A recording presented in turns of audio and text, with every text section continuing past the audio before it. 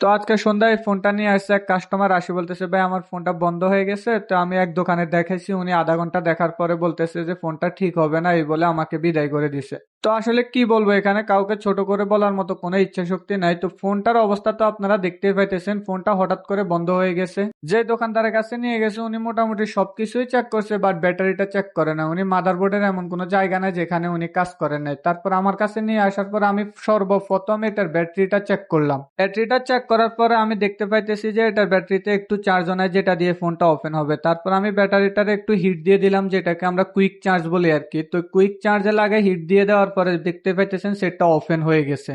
তো আমি শুধু একটা কথাই বলবো, না বুঝে বা না দেখে কোনো কাজ করবেন না। আগে বিষয়টা দেখবেন, যাচাই বাছাই করবেন কোন জায়গায় সমস্যা। উল্টাপাল্টা জায়গায় হাত দিয়ে মানুষের ফোন নষ্ট করার তো কোনো দরকার নাই। নতুন করে যারা কাজ শিখতেছেন বা কাজ করতেছেন তাদের উদ্দেশ্যে একটা কথা বলবো যে ডেড ফোন আসা মাত্রই সর্বপ্রথম ফোনটা খুলে ব্যাটারিটা চেক করবেন। অনেক সময় এই সমস্যাগুলো ব্যাটারি থেকে হয়ে থাকে।